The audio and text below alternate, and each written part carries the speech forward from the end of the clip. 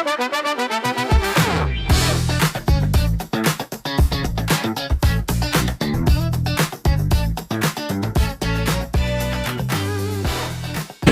hello everyone! We're here at... Master Hakaw! So, for today's Ethics 101, our guest for today is... Walaan nyo.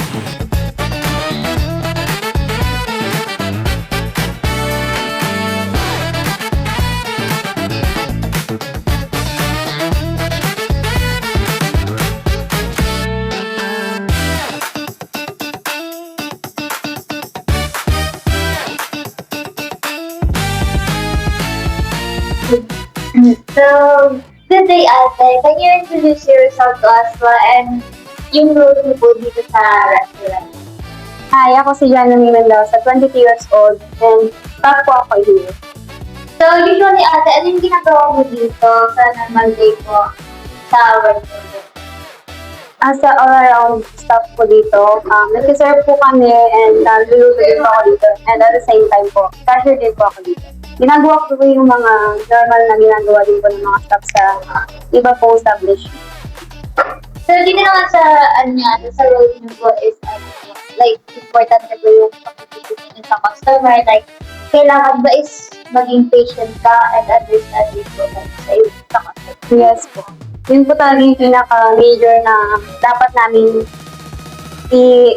i-provide and bigay sa mga customer kahit na minsan nakakausap sila ng pasensya pero still magiging professional and magiging hospitable pa rin kami. So, ilang taon na po kayo dito nagtatrabaho?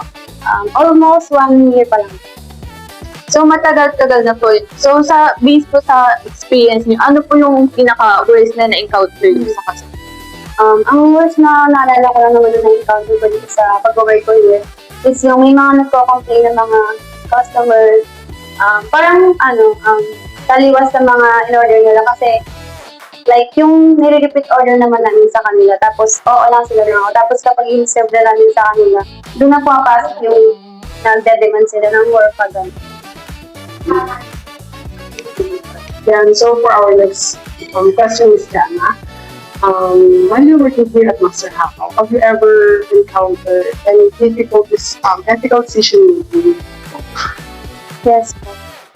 Ang na-encounter ko lang po dito is yung, meron po kasi kaming allotment na 15 minutes of cooking time po ng mga dimsum namin kasi yun po yung standard na sinusunod. And then dahil po sa mga follow-up orders po ng mga mag-dining po dito, napilitan po namin siyang ilabas sa steamer ng around sa 10 minutes pa lang po. And then, So, in that situation, paano siya hina-handle here at Master Hakaw? How do you handle the situation and what factors did you consider?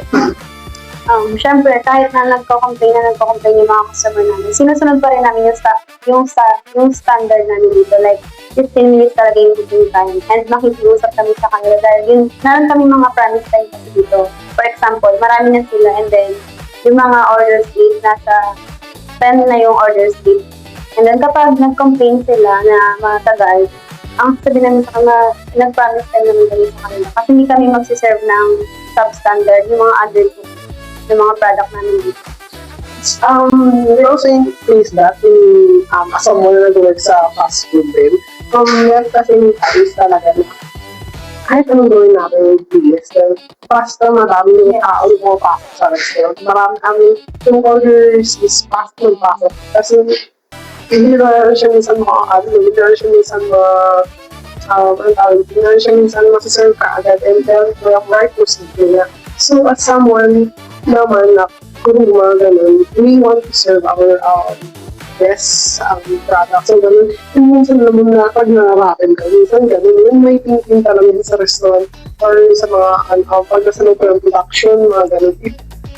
Ano ba ito, serve na ba lang? So, especially sa amin, sa chicken namin. Kasi sa chicken namin is meron din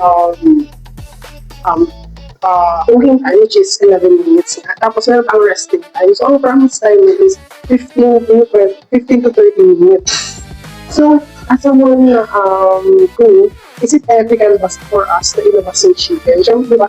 Hindi. And kahit naman sabihin na marami yung volume, Kaya nung sa kanila dito na maraming problem, syempre lalo siya ilalabas. And I think sa mga customers, syempre yung customer din tayo, I think minsan normal yung kapag nag-relation tayo sa akin. Normal din tayo. Dahil sa pag sumabra doon, nariyan ko tayo sa pag-follow na kapag-tutong tayo. Meron na ako talaga tayo. So, minsan nasa customer and din sa service na talaga, doon sila magkakaroon ng problem. Yes. Minsan, unawaan na lang talaga. So, here's my question po. So, paano nyo po natitiyak or patas po yung pakikitungo nyo po sa inyong customers po? Based on my experience ko dito, habang may na-approach ko kasi may na-approach ko kasi kung ano kung ano ng per unit which is na-approach ko kasi 15 days and then maybe sa spring onion and red garlic. And then nagkakaroon ko na naubusan po kami ng weeks for that week. And then hindi na po kami ng pagkakaroon sa and then hindi na po sa So, may sa ganang situation, paano nyo na-handle yung gano'n? Number namin sa kasi hindi kami ng pasensya sa customer dahil, meron po kami pagkakamali dahil promise po kami or sinabi po namin na talaga yung pwede yung discount yung competitor na pero na-set po namin sa video.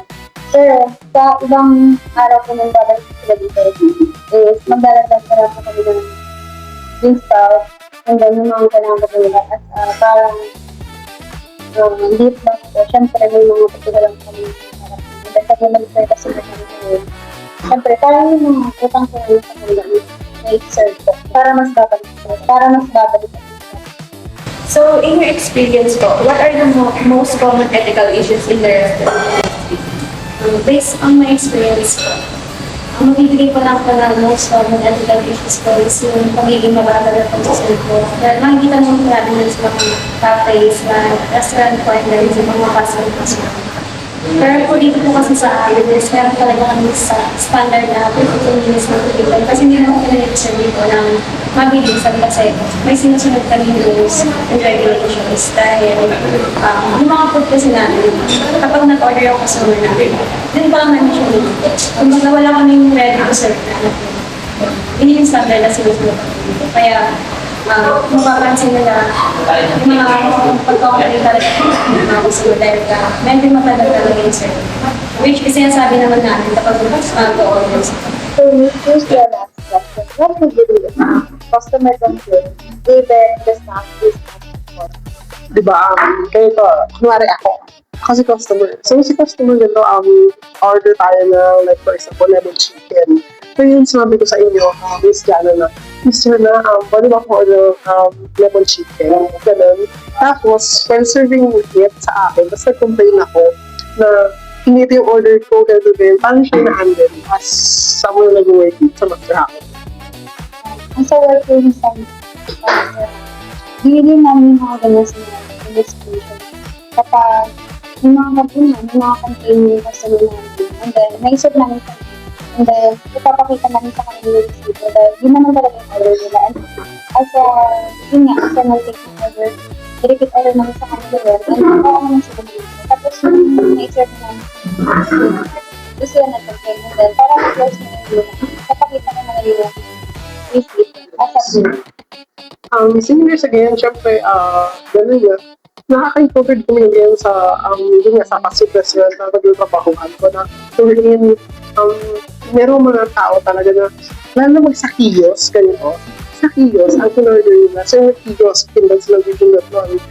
Pag napindot na yung order nila, pindot sila ng front counter. Ngayon, sa resibo kasi, minsan makikita nila yun. Minsan, may na-overtop sila ng product. Ngayon, ang ginagawa namin minsan is, since hindi naman namin siya pwedeng hindi siya ma-avoid kasi refund na siya is nabayaran na, hindi namin siya pwedeng i-refund. So, ang ginagawa lang namin is nag-apologize kami doon sa customer and sinasabi namin na hindi namin siya kaya i-refund since at fault naman yung customer talaga. So, minsan yung mga sinabi din, na gano'n, sinat or sila.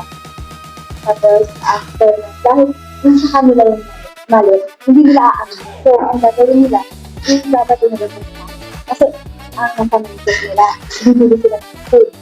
pag-service sila. So, hindi na nila So, if ever na, like for example, may ganun nangyari, parang ano kayong mga safety measures nyo dito sa restaurant? Like for example, aside from ako ni Jessie, ano pa yung mga ginagawa nyo? In-explain mo basta na further, ano ba po yung mga ginagawa nyo? Ganun. Sometimes bibigay kami ng complimentary. Pero, meron yung cellphone namin. So, this is the last question. So, what advice can you give to staff about parents? Hindi ko na-advise sa mga patients like yung kasama sa iba pong gusto nila kasi finance. Please with them, personal or kung ano kung sila pasukan yung syempre, dapat ready po sila mentally, physically, and emotionally. Kasi yung mga customer po na yung mga parang hirap kasi natin natin, pero dapat nandun pa rin yung pagiging hospital natin at saka yung patients natin kasi para ma-approach yung din sila yung dalawa. Additionally po para po sa mga tulad ko na working hospital, dapat alam po nila yung pinapasok nila and then dapat aware po sila sa paligid kung paano mag-handle po ng tama ng mga customers ko. And then, dapat po, pag nandito po sila sa workplace natin is presentable po sila kung paano sila mag-email, kung paano sila mag-pag-email sa mga customers as being professional po yung baga. And then, dapat po, sa pag-nandito po sila sa workplace, parang ina-observe po nila kung ano yung mga lesson na makukulat nila. Para yun din po yung mga gamit nila sa kapag professional na po sila in the future. Yun lang po. Thank you so much sa amin sa interview.